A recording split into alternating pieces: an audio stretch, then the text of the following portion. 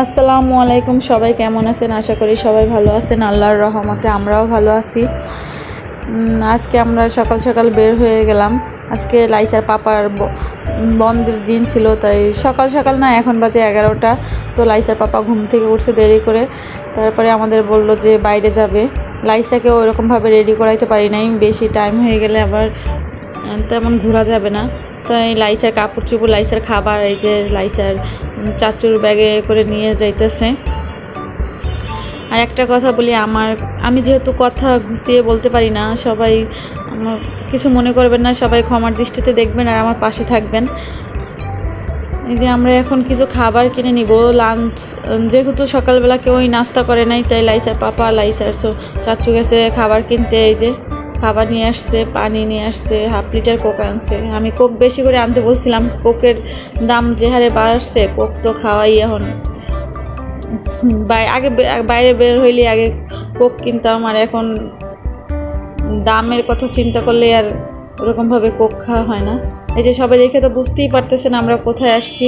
হ্যাঁ, আমরা চিড়িয়াখানায় আসছি। লাইসা যেহেতু এখন অনেক কিছুই বোঝে, চিনে বা অনেক কিছু দেখলে আনন্দ পায়, এর জন্যই ওরা চিড়িয়াখানা নিয়ে আসা। ওই প্রথমবার চিড়িয়াখানা আসছে। আজকে বন্ধের দিন ছিল, তাই একটু একটু ভিড় ছিল চিড়িয়াখানা। এই যে আমরা চিড়িয়াখানার ভিতরে প্রবেশ করলাম। আবহাওয়াটা খুবই ভালো ছিল।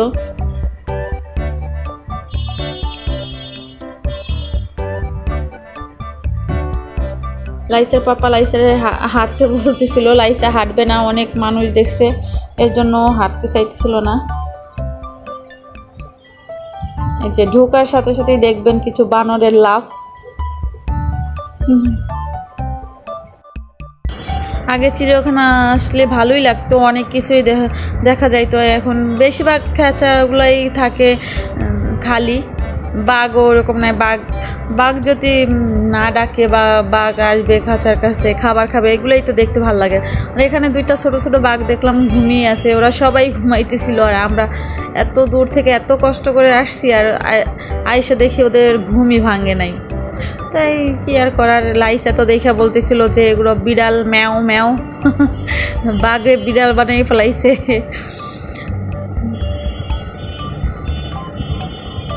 যদি একটু হাঁটতো বা ডাক দিত খুবই ভালো লাগতো। সবই ঘুমাইতেছিল।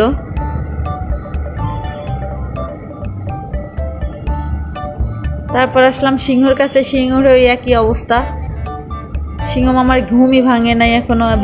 ভাল্লুকও ওইখানে চুপ করে বসে আছে একটা, আর একটাও ঘুমাই আছে। কি অবস্থা, সবই ঘুমাইতেছে। এত মানুষজন আসতে তাদের দেখার জন্য, তাদের কোনো হুঁশই নাই। তারপরে এগুলা কি চিনি না, এগুলো কি বলে, আর কি কি নাম দেখছি মনে নাই, নামগুলো ভরে বলতে পারি না। এগুলো খুবই ভালো লাগছে, দৌড়াদৌড়ি করতেছিল। আমি ওইভাবে ভিডিও করতে পারি না, ওরা এমনভাবে খাঁচার কাছে আসছিল যে ভয় পাওয়ার মতো। উড়ে উড়ে মনে হয় যে মানুষের গার উপরে পড়বে, ওই রকম।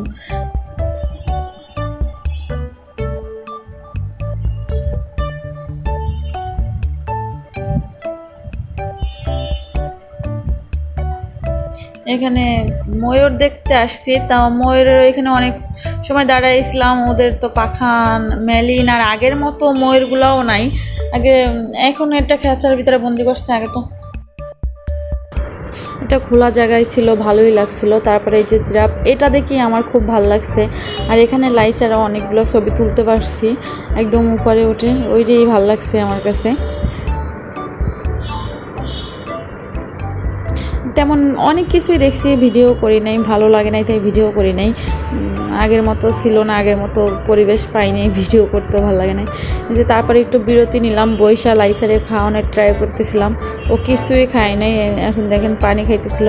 ওর জন্য সেরেলাক্স নিয়ে আসছিলাম, পানি ফ্লাক্সে করে পানি, তারপর আবার নুডলস রান্না করে নিয়ে আসছি ডিম দিয়ে।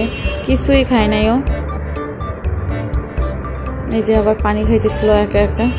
খাবার নিয়ে আসছি, অনেক ভাবছিলাম যে বাসায় খায় না, বাইরে গেলে হয়তো দেখবে আর খাবে, কিন্তু না, সে আজকে কিছুই খাইলো না। বাসায় যাও খায়, এখানে এসে তো মোটেও না।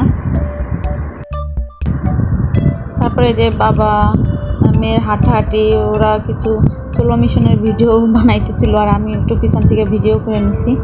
আর লাইচার হাঁটতে চাইতেছিল এখন এইখানে, তো ওর পাপা আবার ওকে নিয়ে একটু হাঁটতে গেল। অনেকগুলো ভিডিও করছে সোলো মিশনের টিকটকের জন্য।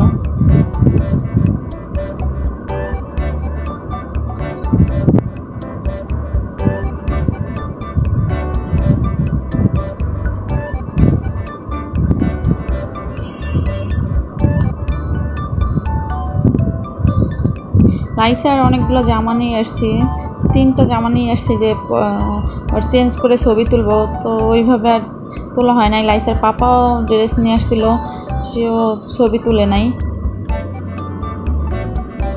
যে জল হস্তি এগুলো পানির ভিতরে ছিল, যখন খাবার দিছে ও খাবার খাইতেছিল তখন তো মানুষের অনেক ভিড় ছিল, তা আমি একটু ফাঁকে ফাঁকে ভিডিও করতেছিলাম। আর লাইসা তো ভাবতেছে এটাকে ধরবেও, খুব কান্না করতেছিল এটা ধরার জন্য।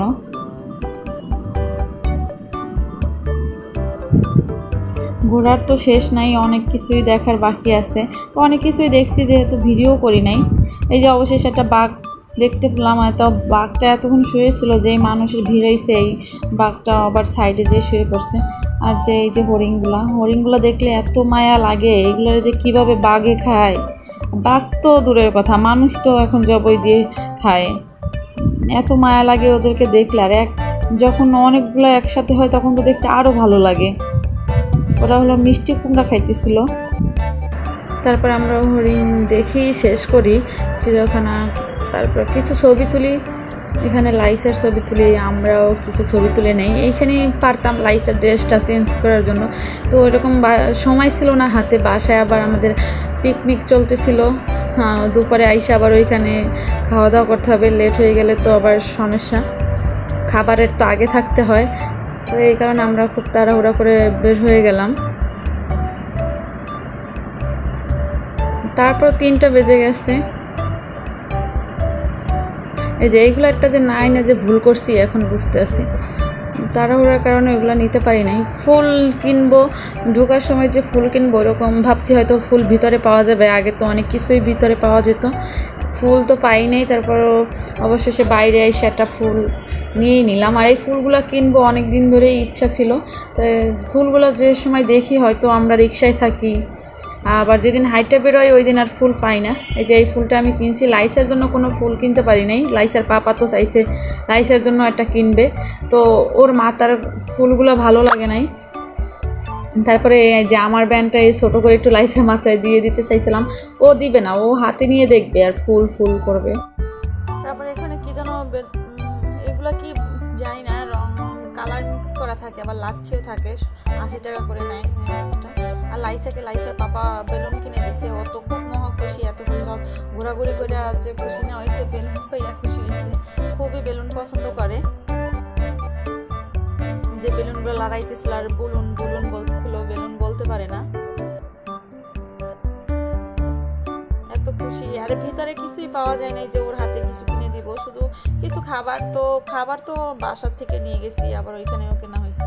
এই যে আমাদের এই যে চলে আসছে খাবার, কি গোলগাপ্পা না কি বলে, তো খাইতে খাইতে আমরা বাসায় আসার পরেও আমারটা খালি হয় নাই, কারণ লাইসার পাপা খায় নাই, ওইটাই আমার এটার ভিতরে ঢেলে দিছিল লাইসা আর আমি খাওয়ার জন্য, তো আমাদেরটাও শেষ হয় নাই। তো বাসায় এসে পড়ছি আলহামদুলিল্লাহ। বাসায় পিকনিকের রান্না বান্না ছাদে করা হয়েছে, ওইটা আবার নাকি আমাদের বাড়িওয়ালা আন্টিদের রুমে নেওয়া হয়েছে। বৃষ্টি মেঘ দেখিয়ে খাবারগুলো নিচে, তো সবাই ওইখানেই আছে। আর পুরুষদের খাবার বাসায় দেওয়া হয়েছে। আমাদের বাসায় 3 জন ছিল, আমার আম্মু ওই খাবারগুলো আগেই বাসায় রেখে দিছে। চেঞ্জ করি নাই, সবাই কম বেশি শাড়ি পরছে। ভাবছিলাম বাসায় থাকলে হয়তো শাড়ি পরতাম, এখন যেহেতু দেরি হয়ে গেছে শাড়ি আর পরলাম না। তো এই যে প্লেট নিয়ে আমিও বাসায় খাবার নিয়ে যাই খাবো এখন। সবাই ভালো থাকবেন, সুস্থ থাকবেন, সবাই সবার জন্য দোয়া করবেন, আমাদের জন্য দোয়া করবেন। আল্লাহ হাফেজ।